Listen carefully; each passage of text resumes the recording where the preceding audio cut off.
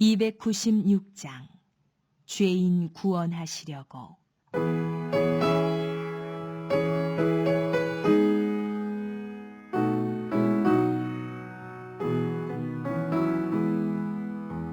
죄인 구원하시려고 피를 흘려 주시옵고 거역하고 돌아서면 채찍으로 붙드셨네.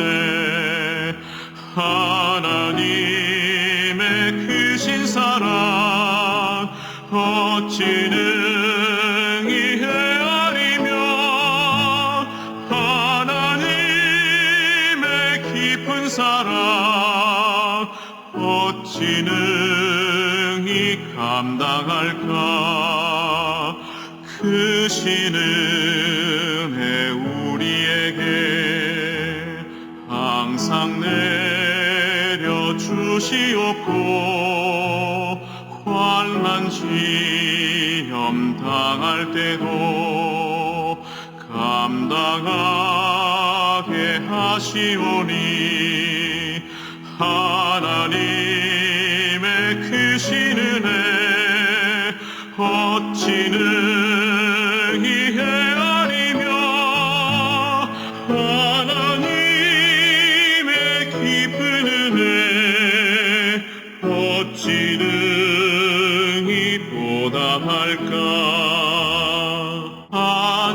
하나님의 크신 경륜 우리 삶을 주관하고 선한 뜻을 이루시려 연단하여 주시오니 하나님의 크신 지혜 어찌 능히 헤아리며 하나님의 깊은 지혜 어찌 능히 깨달을까.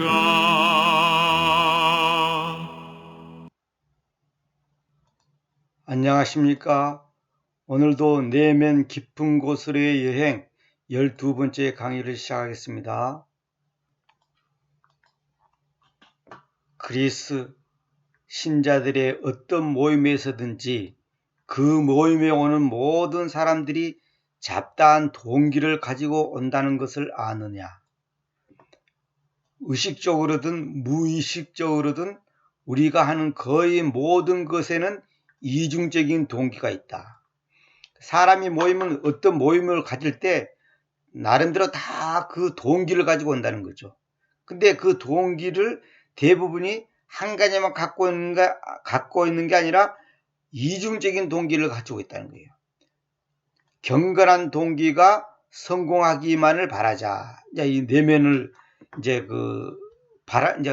찐에들어가지고 족하게 하는 말입니다. 무슨 말이냐면 우리가 경건한 동기가 있고 불경건한 동기가 있다는 거죠. 다시 말하면 순수한 동기가 있고 순수하지 못한 동기가 있다는 거예요. 어쨌든 우리에게 있는 동기의 이중성은 불타 없어져야 한다. 이 말은 뭐냐? 우리가 주님의 일을 한다, 주님을 믿는다, 누구를 돕는다, 무엇을 한다 하는 그 모든 것에는 동기가 있는데 그 동기가 이중성이 갖고 있다는 거죠. 이중성. 그 이중성이 없어야 한다는 거예요. 다시 말하면 순수한 동기만 가지고 있어야 한다는 거예요. 저 사람한테 돈 1,000원을 주는데 이중성이 있으면 그건 큰일 나는 거죠. 말하자면 대가를 바란다든지 기대한다든지. 그리고 뉴스에 보면 정치가들이 전부 다 그거잖아요. 아, 그거는 정치연금이지 뇌물이 아니다. 그런데 아니, 어떤 미친 사람이 그 사람한테 괜히 1억을 주고 10억을 갖다 줍니까? 다 이유가 있는 거죠. 거기에는 엄청나게 많은 시간이 걸린다. 이 말은 뭐냐면 이 이중성의 동기가 없어지는데 엄청난 시간이 필요하다는 거예요. 대부분의 사람들이 20대의 시기에는 마음속에 있는 어두운 동기를 발견조차 할 수 없기 때문에 그런 동기가 마음속에 있다는 것을 진실로 믿지 않는다. 그러니까 20대 이 젊은 나이에는 자기 마음속에 어두운 동기가 있다는 것을 발견할 수가 없다는 거죠. 아직 철이 없다 보니까. 그러니까 아니 내가 친구한테 빵 사주는데 무슨 이중성이 있어? 이렇게 그 자기 속에 있는 그 이중성이 있는 그 동기를 갖다가 발견하는 능력이 아주 떨어진다는 거죠. 30대에 들어서면 너 안에서 아무것도 찾아볼 수 없고 오직 이중적인 동기만 보이는 시기가 있을 것이다. 이건 지금 찐에도 이 자신이 지금 경험한 걸 얘기하는 겁니다. 자신이 경험한 거. 모든 사람한테 이렇게 100% 이렇게 적용시킨다는 것은 곤란하지만은 자기가 돌이켜 보니까 30대쯤 되니까 자기 속에 이중적인 동기가 있구나 이것이 보이더라는 거예요. 지금 당장은 그 동기들이 무엇인지 주님만이 아신다. 그 동기가 무엇인지 정확하게 딱 집어내지는 모르지만은 주님은 아신다는 거죠. 너는 그 동기들을 알아차리지 못하고 다른 사람들도 마찬가지다. 다른 사람들도 저 사람이 이중적인 동기를 갖고 있는지 어떤 동기를 갖고 있는지 본인도 모르고 남도 잘 모른다는 거죠. 그러나 너무 많은 야망과 너무 많은 인간적 능력, 십자가에 못 박히지 않고 처리받지 못한 채 남아있는 너무 많은 육적 본성들, 그리고 이기심, 영의 내적 확장은 너무나 미비하다. 보세요. 이건 무슨 말이냐면 우리 속에 너무 많은 인간적인 야망이 다 있어요. 십자가에서 처리받지 못한 채 남아있는 아주 많은 육적인 본성들이 있단 말이에요. 부자 되고 싶고 명예를 갖고 싶고 인기 누리고 싶고 남들이 나를 좀 알아주기를 원하는 거, 이런 것들이 다 있다는 거죠. 이런 이기심이 있는데 우리는 반대로 영적 확장, 내면의 그 성숙에 대해서는 아주 미미하다는 거죠. 주님은 지금 너와 함께 살면서 모이는 사람들 사이에서 너무나 많은 일을 하고자 하신다. 그러니까 주님은 지금 우리가 내 주변에 같이 살고 있는 사람들 사이에서 나를 통해서 주님께서 뭔가를 하기를 원하는데 우리가 갖고 있는 이 이중성 때문에 그런 것이 제대로 지금 순수하게 열매를 맺지 못한다 이 말이에요 지금.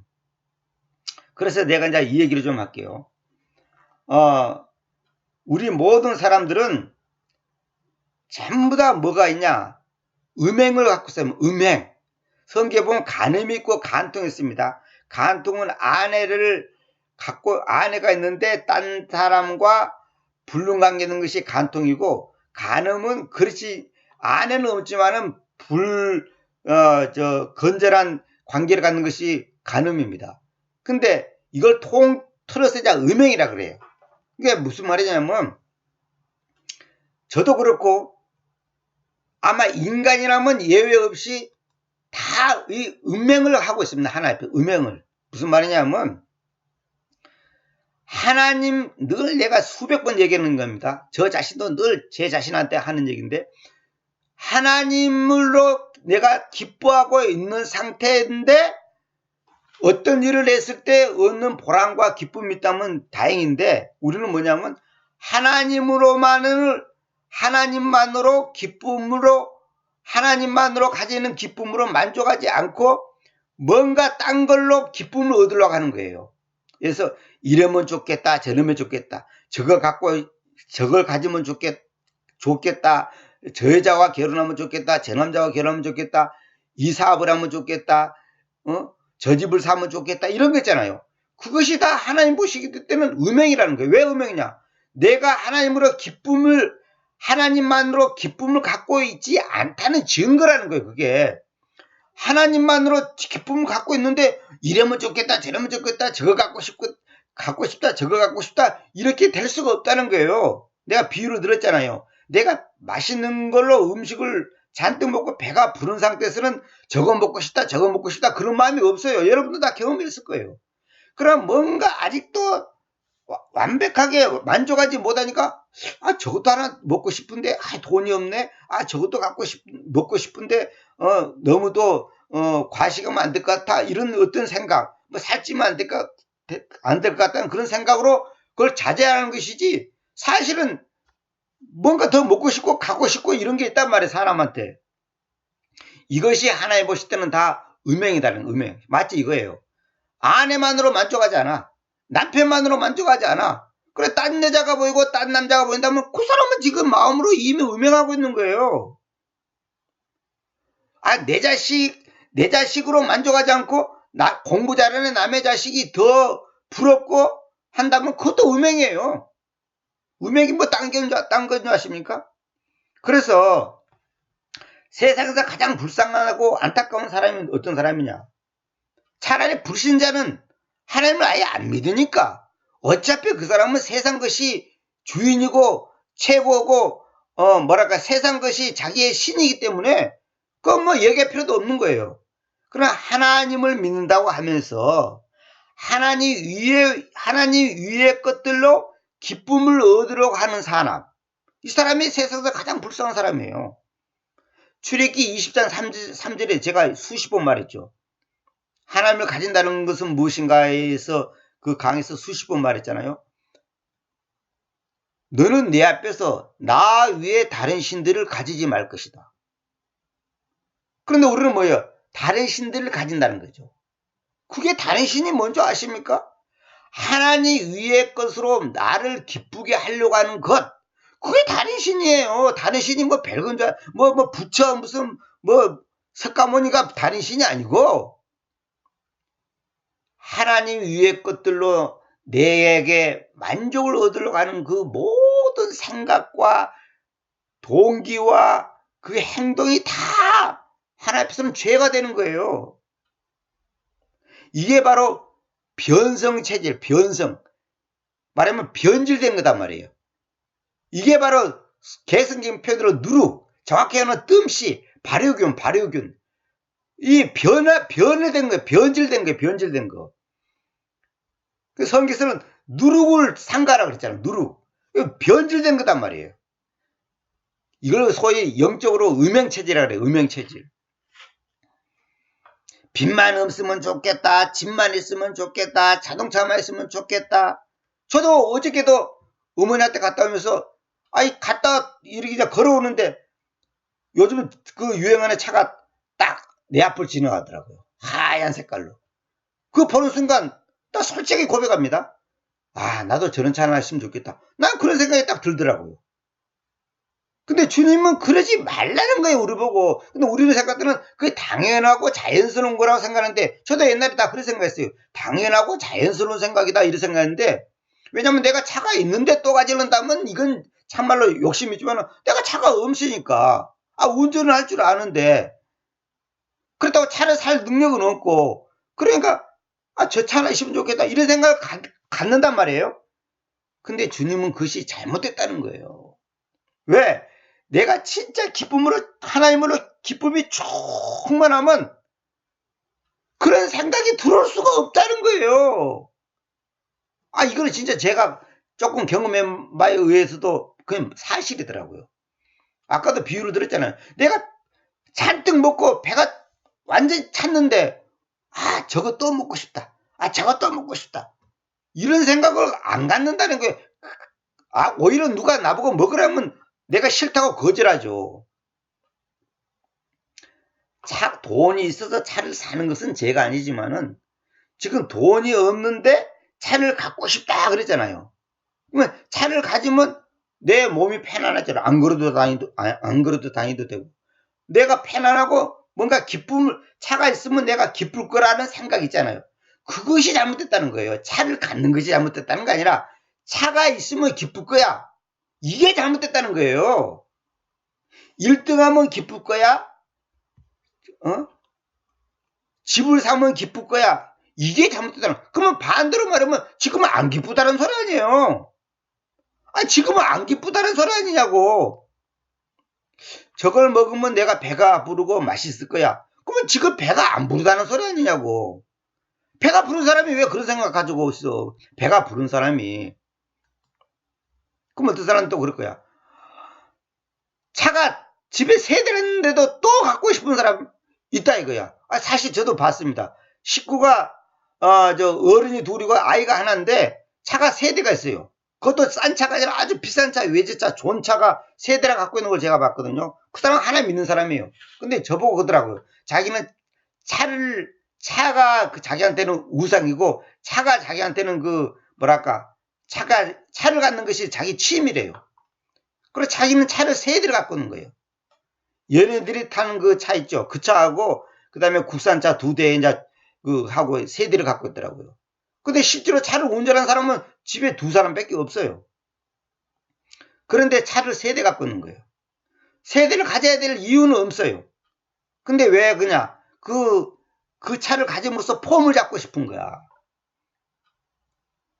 저는 그런 경우 아니거든요. 차가 없거든요. 근데 차를 갖고 싶어. 근데 그것도 내 속에 탐심이 있다는 거예요. 하나님께서 때가 되면 차를 줄 건데 우리는 차를 갖고 싶다. 이걸 해가지고 지나가는 차를 보는 순간 저런 차가 나도 있었으면 좋겠다. 이런 생각이 갔는데 나는 이것을 죄라고 옛날에는 생각을 안 했어요. 근데 하나님은 그게 죄라는 거예요. 네가 지금 기쁨이 없다는 거예요.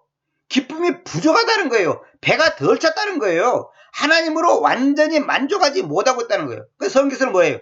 마음을 다하여 뜻을 다하여 힘을 다하여 그랬잖아요. 정확한 것은 모든 심장을 가지고, 모든 의지를 가지고, 모든 힘을 가지고, 모든 강력을 가지고 하나님을 살아가라는 거예요. 근데 우리는 모든을 빼버려. 모든을. 일부를 가지고 일부. 아주 부분적인 거 갖고 하나님을 사랑한단 말이에요. 하나님은 모든 걸 가지고 하라는 거예요. 모든 거. 그러니까 마음을 다해요. 모든 마음을 가지고 이 말이에요. 모든 마음을 가지고. 그러니까 마음의 일부를 가지고가 아니라 마음 전체를 가지고 이 말이에요. 마음 전체를 가지고. 엄마가 아들을 사랑할 때 마음 전체를 가지고 사랑해야지 마음 부분을 갖고 사랑하면 그건 잘못된 거예요. 그거는. 마음 전체를 가지고 사랑하라는 거예요. 다시 말하면 하나님 위의 것들로 만족을 얻으려고 하는 것. 그러니까 하나님 위의 것들로 만족을 얻으려고 하는 것이 가장 안타깝고 한심한 크리스찬의 태도다 이 말이에요. 그리스도인이라 하면서 하나님 위의 것들로 또 뭔가를 더 얻어서 내가 만족을 얻으려고 하는 것이 다 갖고 있잖아요. 대부분. 근데 이건 솔직한 말로 죽을 때까지 안 없어집니다. 솔직한 말로. 그래서 사도 바울이 날마다 죽는다. 날마다 죽는다. 응? 목사들은 목회를 교인들이 많이 돼가 성도들이 많았고 교회도 짓고 차도 사고 싶고 목회를 부흥시키고 싶은 거죠. 목회를 통해서 만족을 얻고 싶은 거죠. 그거 죄입니다. 여러분 분명히 이거 당연한 게 아니에요. 그거 죄라니까. 교인들이 없으니까 목회에 힘이 없고 경제적으로 어려우니까 기쁨이 없고 교인들이 없으니까 부끄럽고 자존심 상하고 그거 다 지금 그 사람은 하나님으로 만족하지 못하고 있는 목사예요. 그건 죄라니까요. 지금 죄를 짓고 있는 그 상태라니까. 그 자체가. 이거 잘 들어야 됩니다. 자녀에게서 기쁨을 얻겠다. 죄입니다. 사업을 통해서 기쁨을 얻겠다. 죄입니다. 일을 통해서 기쁨을 얻겠다. 죄입니다. 왜 죄인 줄 아세요? 지금 하나님으로 기뻐하지 않고 있다는 증거거든. 그거는. 사업을 하지 말라는 말이 아니에요. 자녀를 키우지 말라는 말이 아니에요. 나는 지금 기쁨이 없다는 소리라니까. 있더라도 조금 있겠지. 조금. 그럼 조금 있다는 것은 모든 마음을 가지고, 다시 말하면 내 심장에 전부를 쏟아서 하나님을 지금 사랑하지 않고 있다는 증거라니까요. 이거 솔직하게 인정해야 됩니다. 저도 인정합니다. 저도 매일같이 기쁘고 매 순간 기쁘고 그러지 않아요. 그래서 제가 옛날에 여러 번 강의 중에 고백했잖아요. 나는 매 초마다 죄 진다고. 매 초마다 죄 지어요. 그럼에도 불구하고 하나님께서는 불쌍히 여기사 저를 죽이지 않고, 누구만 맞더라? 응? 맑은 하늘에 벼락 맞아 죽을 인간인데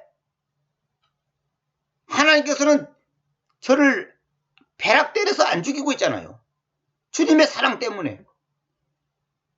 그래서 내가 그랬지. 그 사람이 맑은 하늘에 벼락 맞아 죽을 사람이라고 하면 나는 지하 3층, 5층에서 벼락 맞아 죽을 사람이야. 어? 아니, 지하 100층에서 벼락 맞아 죽을 인간이라니까. 왜? 하나님만 아는 죄가 있단 말이야. 하나님만 아는 어둠이 내 안에 있다는 거죠. 이걸 지금 제가 여러분 앞에 이 찐 에드워드의 이분의 글을 통해서 저와 여러분이 지금 자신을 한번 돌아보자는 거죠. 육체를 입고 있는 한 솔직히 말해서 이 음행, 이 세상을 사랑하는 이 음행이 없어지는 것은 사실상 불가능합니다. 그래서 사도 바울이 날마다 죽는다 그러죠. 날마다 나를 십자가로 데리고 가야 한다 이 말이에요. 그러니까 날마다 죽는다는 것은 날마다 예수 그리스도님의 그 십자가를 바라보고 십자가의 삶, 십자가의 그 사건을 나에게 적용시키는 거예요. 그래서 갈라디아 2장 20절에 이제는 내가 사는 것이 아니요 그리스도가 내 안에 산다. 그 말이에요. 그리스도와 함께 십자가에 못 박혀 있으니까. 못 박혔나니가 아닙니다. 과거가 아닙니다. 못 박혀 있나니. 현재 수동이 현재 수동. 현재 못 박혀 있나니. 이걸 나에게 늘 적용을 시킬 때만이 그것을 억제시키고 누릴 수 있고 이길 수 있는 거예요. 그래서 내가 성경 한 구절 보여드릴게요. 이건 다른 강의에서 여러 번 말씀드렸던 건데 여기 고린도후서 4장 10절에 보면 4장 내가 8절부터 읽을게요. 우리가 각 측면에서 불안해지지만 공경을 치르게 되지 아니하며 우리가 당혹되나 절망 속에 있지 아니하며 핍박당하나 저버려지지 아니하며 이 개성경은 굉장히 번역이 지금 많이 틀립니다. 내리 던져지나 멸망당하지 아니하며 그 다음에 항시 그 주님이신 예수님의 죽어감을 몸 안에 짐지고 다니는데 이는 예수님의 생명도 우리 몸 안에서 뚜렷이 보여주게 만들어지게 하려는 것입니다. 이건 무슨 말이냐? 여기서 중요한 게 뭐냐면 이 다잉이라는 단어, 다잉, 죽어감. 죽어간다는 것이 뭐냐 이거? 죽어간다는 것이 다잉. 이걸 개성경은 주님의 죽음 이렇게 예수님의 죽음 일어났거든요. 그 다음에 개성경은 이 더 로드 주님이라는 단어가 없어요. 그 킹제임스 성경 외에는 다른 NIV 이런 것도 다 이 단어가 없습니다.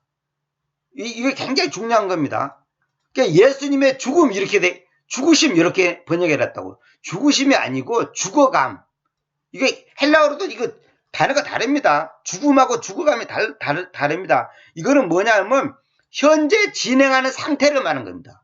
그러니까 예수님이 죽어가고 있는 그 상태를 내 몸 안에 짐지고 다닌다는 거야.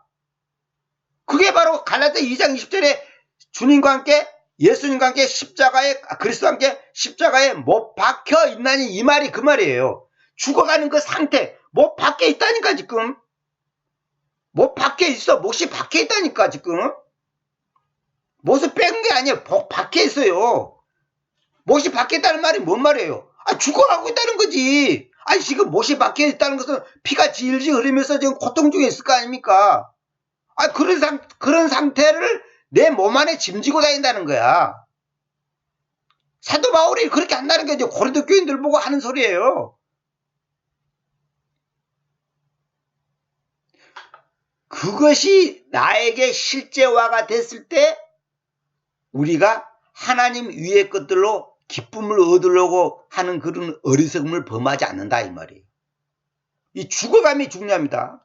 어떤 사람이 이거 죽음이라 해도 상관없다고 할 때 그거 잘못된 겁니다. 이거 놀라운 하여튼 이 킹제임스 성경만이 이 단어를 썼어요. 죽어감. 이 죽어감이라는 단어가 성경에 몇 군데 없어요. 이는 예수님의 생명도 우리 몸 안에서 뚜렷이 보여주게 만들어지게 하는 것입니다. 뚜렷이 보여주게 만들어지게 하는 것입니다. 보여주게 하는 것입니다. 그러면 안 됩니다. 만들어지는 거야. 예수님의 생명이 우리 몸 안에서 뚜렷이 보여주게 만들어진다는 거예요. 매니페스트라는 것은 확실히 드러나게 만들어진다는 거예요. 무슨 말이냐? 예수님의 죽어감이 나의 삶 속에서 적용될 때 그 사람 항상 기쁨이 충만하는 거예요. 그러니까 예수님의 생명이 우리 몸 안에서 나타난다, 뚜렷이 만들어낸다, 이 말이 뭐냐? 내 기쁨, 그 기쁨이 다른 사람 앞에서 내 얼굴과 내 삶을 통해서 드러난다는 거예요. 여러분, 식물이 살아있다는 것은 뭐예요? 꽃이 피고, 잎사귀가 피고, 열매를 맺고, 그거 살아있다는 주인 거죠. 잎사귀도 안 피고, 지나가다 보면 나무 심은 거 보면 가끔 죽은 나무가 있어요. 죽었다는 것은 뭐냐? 간단해요. 잎사귀 안 보이면 그거 죽은 나무예요. 다른 나무는 다 잎사귀 피는데 왜 그 나무만 잎사귀가 없냐고. 그거 죽어 있는 거지. 그래서 내가 그 나무 관리하는 분들한테 물어봤어. 물 주고 막 나무, 이 새로 도시가 만드는 데는 나무를 많이 심잖아요. 그러면 이제 그 많이 죽어요. 근데 몇 프로나 죽냐 그랬더니 한 15% 죽는데, 15%. 이게 나무 10그루 심으면 1개 반 정도는 죽는다는 거예요. 그 어떤 데는 가보면 똑같은 나무는 막 7, 8그루, 막 5그루 심어놓은 데가 있거든요. 모두 다 죽은 것도 있어요. 그 모두 다 죽은 데도 있어요, 보면. 그거는 뭐냐면 그 나무를 옮길 때 뭔가 잘못 옮긴 거죠. 그리고 다 죽어버려요. 어떤 데는 뭐 그냥 그 비싸고 큰 나무로 그냥 심어놨는데 그냥 죽은 나무 됐단 말이에요. 예수님 죽었다는 것은 그 생명이 없다는 거 아닙니까? 그러니까 내가 기쁨이 없다는 것은 내가 지금 예수님의 생명이 나의 삶을 통해서 다른 사람에게 보여주지 못하고 있다는 것은 예수님의 죽어감을 내 몸 안에 짐지고 다니지 않고 있기 때문에 그런다 이 말이에요. 지금 구원을 받았냐 못 받았냐 지금 이걸 얘기하는 게 아니고, 아니 밥을 한 그릇 먹었는데 배가 안 차. 2그릇 먹어도 배가 안 차. 3그릇 먹어도 배가 안 차. 그런 게 어디가 있어요. 정상적인 사람은 밥을 먹으면 당연히 배가 부르지. 배가 부르면 만족감이 있고 기쁨이 있는 거죠. 그러나 건강하지 못한 사람은 억지로 밥을 먹으면 밥을 먹는 그 자체가 고통이고, 먹고 나서도 기쁨도 없고 소화도 안 되고, 그게 그 사람이 지금 병이 들었다는 증거예요. 이게 예수님의 생명이 우리 몸 안에서 뚜렷이 안 보인다는 것은 이 말이 뭐냐면 나에게 기쁨이 없고 감사가 없고 만족이 없다는 거야. 그럼 뭐냐? 반대로 예수님의 죽어감이 내 몸 안에 짐지고 다니지 못하고 있다는 거예요. 예수님의 죽어감을 몸 안에 짐지고 다니지 않고 있다는 증거라 이 말이에요. 그럼 뭐예요? 내가 세상에 내 마음이 뺏겨 있다는 거예요. 세상을 사랑하고 있다는 거예요. 출애굽기 20장 3절을 지금 범하고 있다는 거예요. 하나님을 온전히 가지고 있지 못하다는 뜻이에요. 결론은 뭐냐? 내가 지금 죄 짓고 있다 이 말이 죄 짓고 있다는 거예요. 그래서 내가 다른 강의에서도 여러 번 이거 소개했는데 이 주석을 내가 달아놨죠. 우리가 매일의 달갑지 않은 상황이나 고통들에 저항하는 대신 주님께서 갈보리를 받아들이셨듯이, 주님께서 갈보리 그 십자가를 받아들이셨듯이 그것들을 받아들임으로써 어떤 거, 내가 원치 않는 어떤 상황이나 고통을 받아들인다는 거예요. 다시 말하면 받아들인다는 것은 뭐냐면 인간적인 반응에 죽어야 한다 이 말이에요. 쉽게 말해서 나는 그게 싫어. 거기 가기 싫어. 그 일을 하고 싶지 않아. 그 인간이 꼴보기 싫어. 그런 그 인간적인 반응에 대해서 죽어야 한다 이 말이에요. 우리 안에서 그분의 죽음을 이루어간다는 뜻으로, 우리 안에서 그분의 죽음을 이루어간다는 뜻으로 날마다의 삶 속에서 매 순간 예수님께서 나의 주인됨을 인정하여 주님의 죽음을 경험함으로 생명의 넘침을 얻어 우리를 통하여 다른 사람의 구원을 위한다는 것이에요. 그러니까 나를 통해서 내가 주님의 죽음을 경험함으로써 생명의 넘침을 얻어, 이 말이 기쁨을 얻어가지고 우리를 통하여 나를 통해서 다른 사람에게 구원의 복음을 전하게 된다 이 말이에요. 자기가 화가 나 있고 기쁨도 없고 만족도 없고 인상을 찌푸리고 있으면서 형제님, 아저씨, 아주머니 예수 믿으세요. 예수 믿으면 기쁨이 있습니다. 행복합니다. 만족합니다. 인생에 보람을 얻습니다. 그 말이 됩니까? 지가 지금 얼굴에 찌푸려 잡고 있으면서, 지도 마음에 기쁨이 없으면서 누구 보고 저 기쁨을 얻으라고 전도를 할 겁니까? 그건 말이 안 되는 거죠. 그 마치 꼴찌 하는 놈이 5등 하는 놈 보고 열심히 공부해. 조금만 열심히 하면 1등 할 거야. 그 말하고 똑같지. 지는 꼴찌 하면서. 앞뒤가 안 맞는 소리단 말이에요.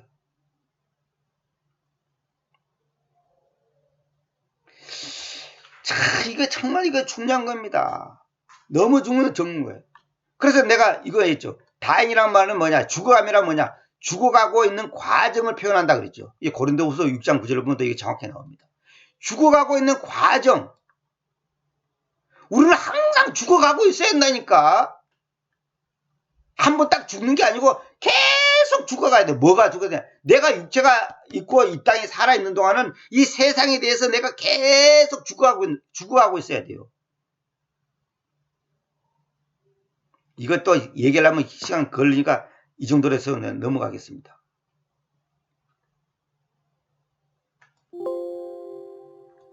어쨌거나 금방 여기서 이제 말한 것처럼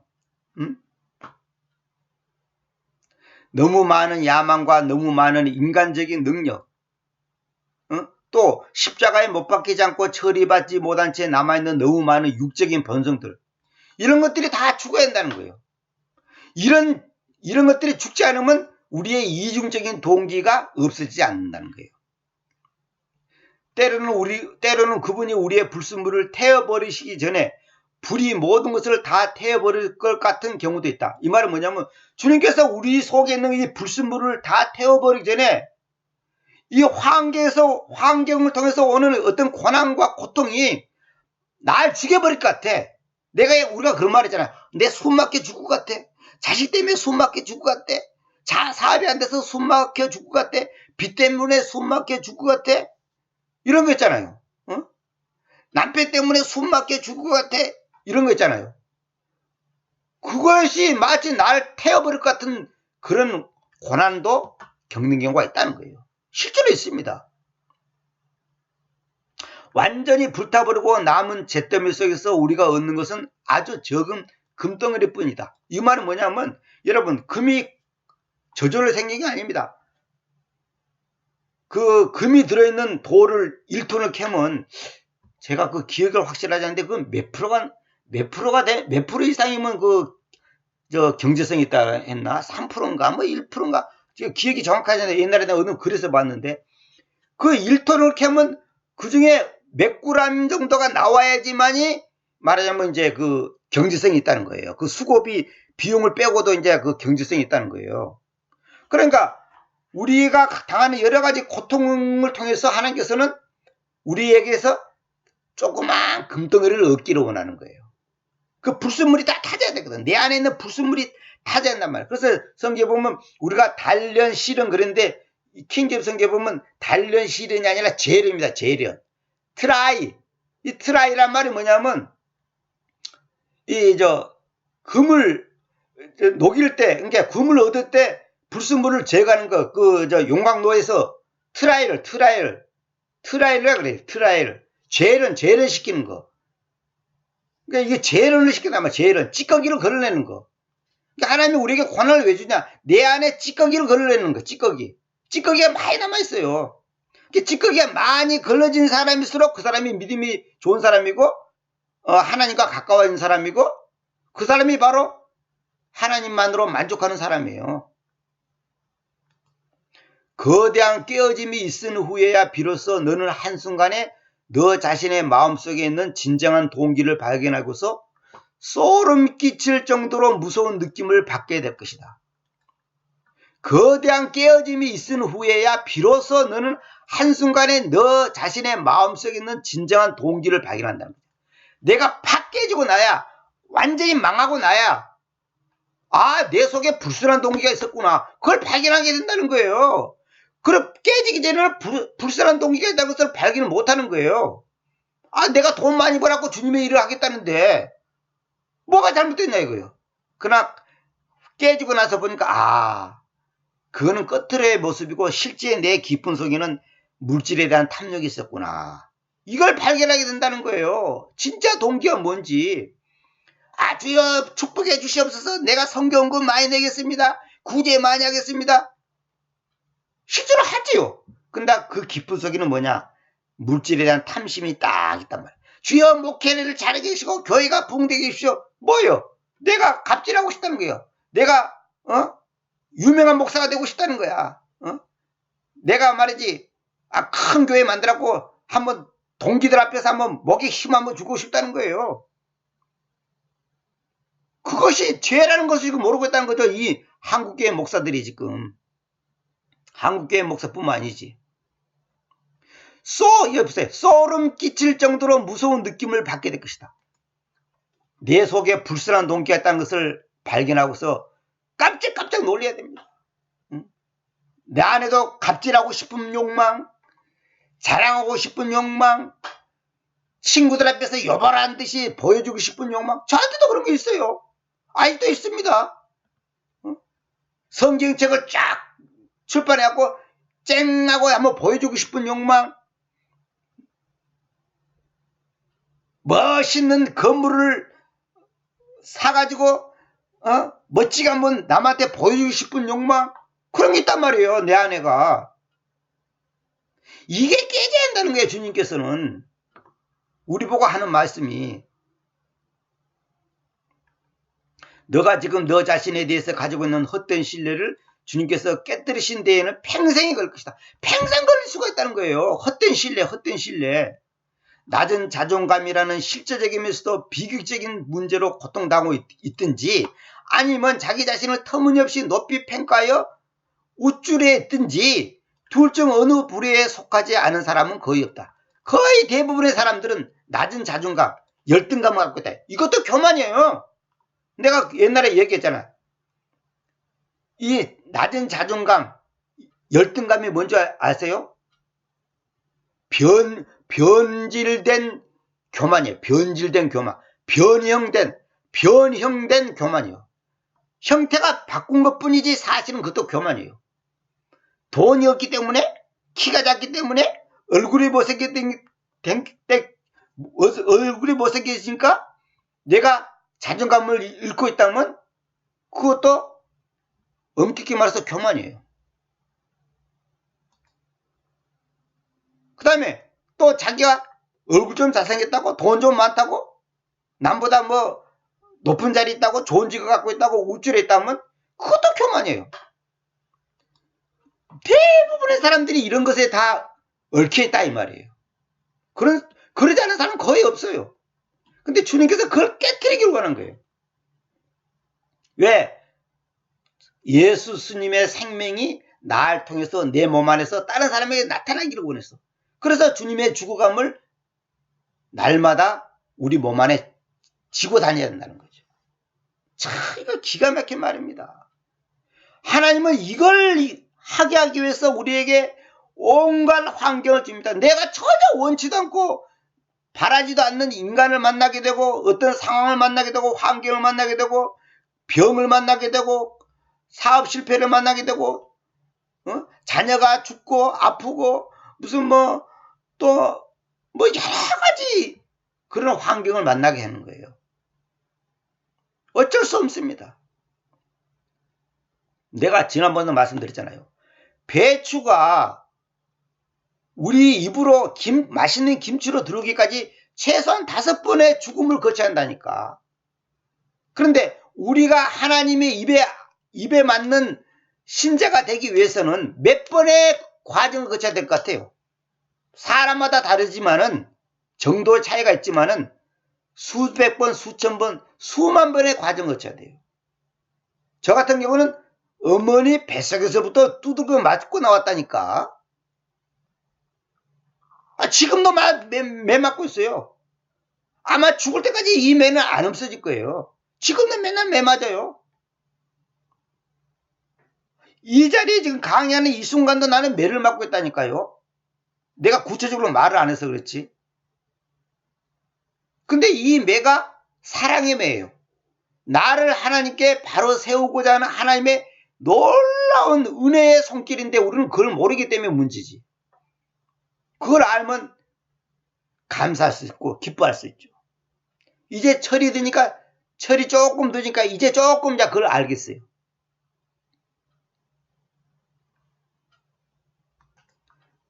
너가 만일 이런 실제적인 사실로부터 숨는 부류의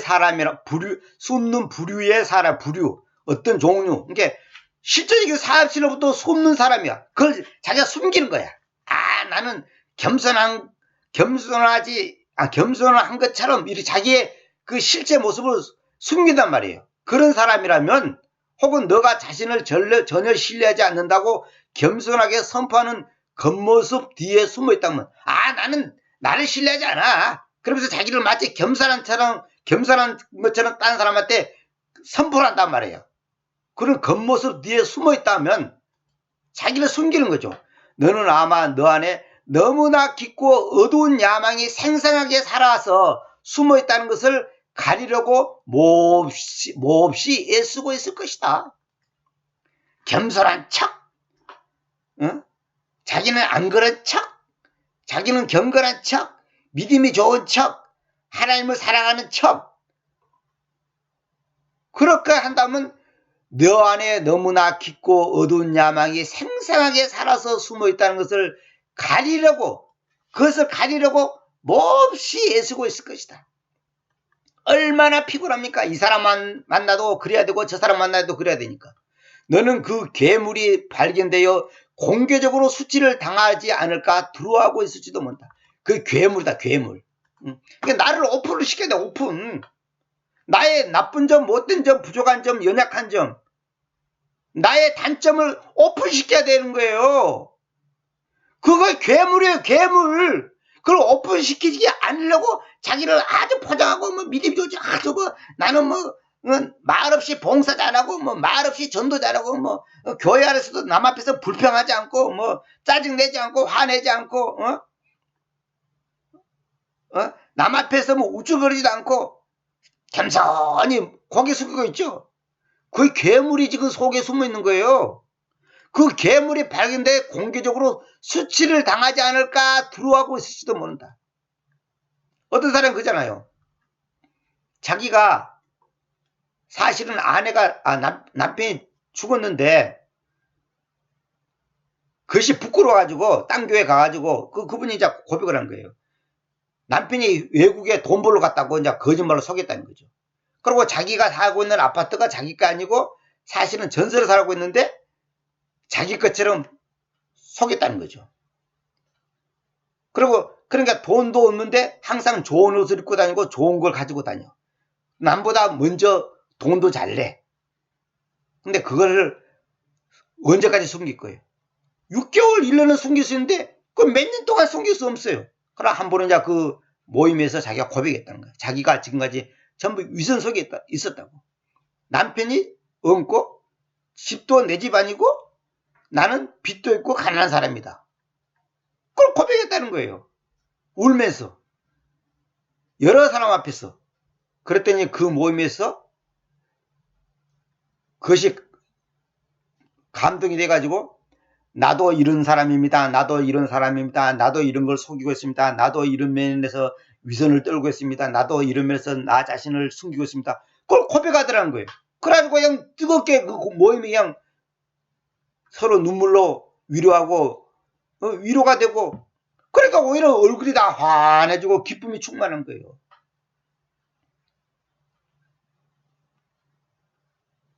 여러분은 뭘 숨기고 있습니까? 거룩한 척? 성경을 많이 아는 척? 믿음이 좋은 척?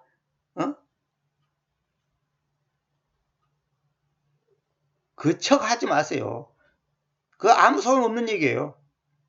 그래서 그런 크리스찬은 자기를 믿지 못한 채 넙죽 엎드려 있게 된다. 지난 30년을 회고하며 우리들 한 사람 한 사람이 얼마나 복잡하고 잡다하게 뒤섞인 존재인지 생각해 볼 때 나는 그럼에도 불구하고 여전히 우리를 온전한 존재로 변화시킬 수 있는 하나님의 능력에 놀라움을 금치 못한다. 우리들 한 사람 한 사람이 얼마나 복잡하고 잡다하게 뒤섞인 존재인지 내 속이 얼마나 복잡한 줄 아십니까? 우리 마음속이 온갖 쓰레기가 많아요. 얽혀있는 실타래처럼 이 얽혀있단 말이에요.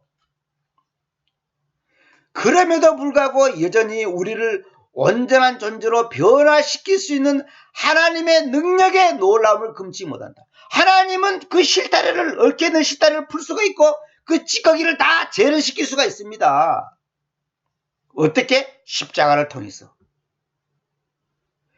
주님께서 십자가를 통해서 그걸 다 정리정돈을 시킬 수가 있는 거예요. 그래서 십자가 복음, 십자가 외에는 자랑할 게 없어요. 사도바울은 뭐라 했어요? 십자가 외에는 아무것도 자기는 자랑하지 않는다 그랬잖아요. 그게 그런 뜻이에요.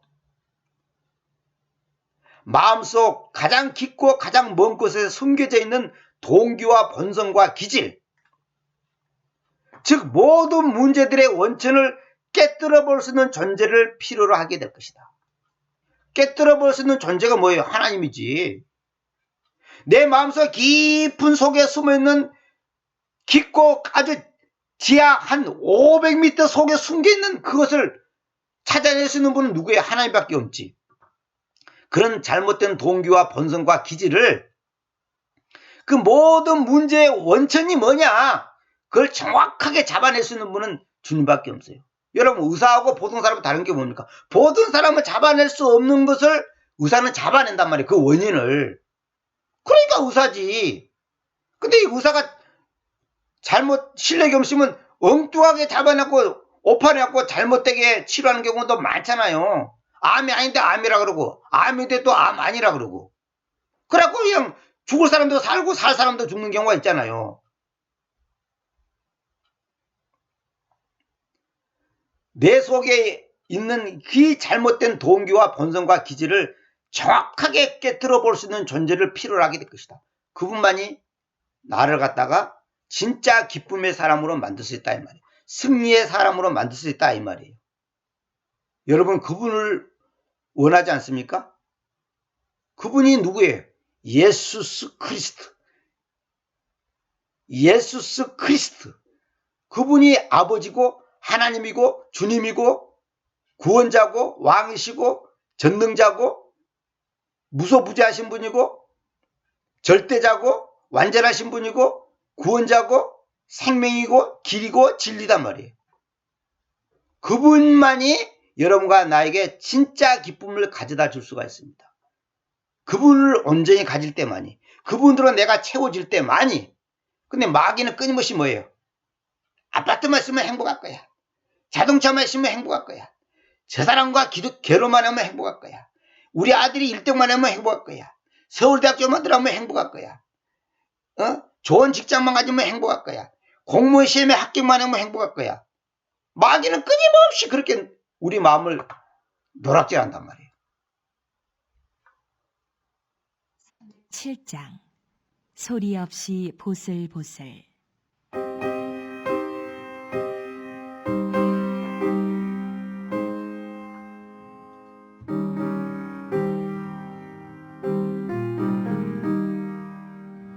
소리 없이 보슬보슬 내리는 저 봄비처럼 내 가슴에 사무치는 주의 음성 고마워라. 즐기마다 잎이 녹고 가지마다 꽃이 피어 주렁주렁 열매 맺어 나의 삶은 풍요롭다. 진리의 뜻 밝혀주고 사랑의 힘 심어주니 은혜롭고 풍성하신 주의 말씀 고마워라. 모든 사람 가슴마다 전해지는 복된 소식 어둠을 몰아내고 밝은 새